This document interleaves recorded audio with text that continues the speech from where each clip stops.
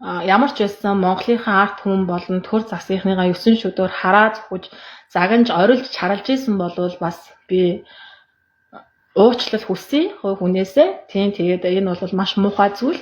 Бинээ хүндэлж хайрладаг байх хэрэгтэй. Уг нь хатууч гэсэн үйлэн зөөлөн байх хэрэгтэй, сэтгэл нь цагаан байх хэрэгтэй. Би илд нууцаар би энэ талбай дээр гардаг тэмцэгч нар шиг би тийм муу хүн биш ээ.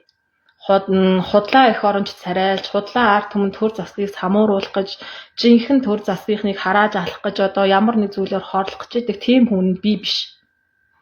Миний хувьд бол арт түмэндээ ч үгнийг хэлцдэг, төр засгийнхандаа ч үгнийг хэлээд уг маань нөгөө нэг уг нь хатууч, сэтгэл маань цагаан, зөөлөн. Сайхан цагаан сэтгэлтэй би. Тийм болохоор хэн нэгнийг үнэхээр үхээсээ, хэн нэгнийг үнэхээр муу мухай байгаасаа гэж би сэтгэл зүрхнээсээ хүсдэггүй.